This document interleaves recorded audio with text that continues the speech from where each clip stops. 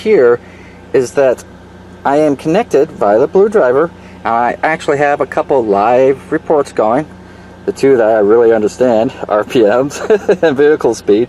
But so I'm actively pulling live reports, but what I want to show here is that I'm going to go to my Bluetooth settings, and there it is. But my active Bluetooth connection is my phone speaker. I have a little solar panel phone speaker right there that I use for hands-free calling.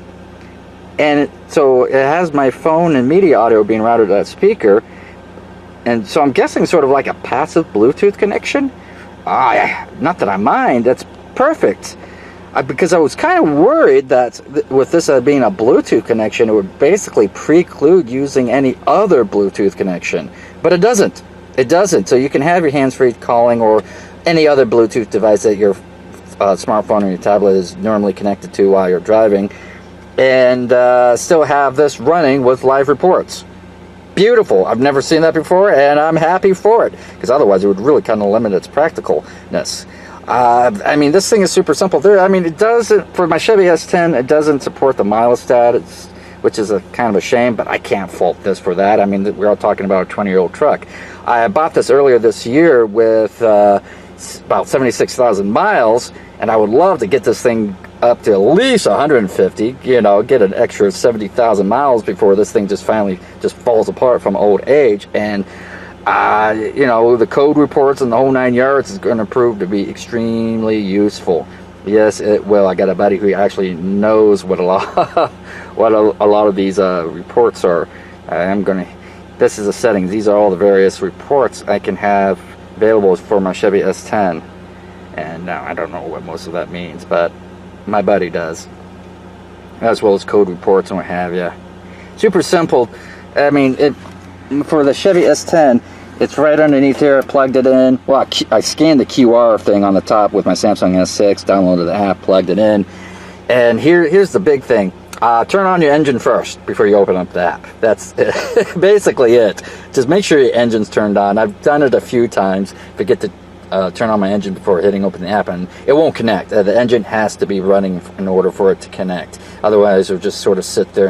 Even though you can look through it, if you cancel out of the connection, you can look at it quote unquote offline per se. Well, the engine's not running, but yeah, make sure your engine's running. Otherwise, no, the connection is very short range.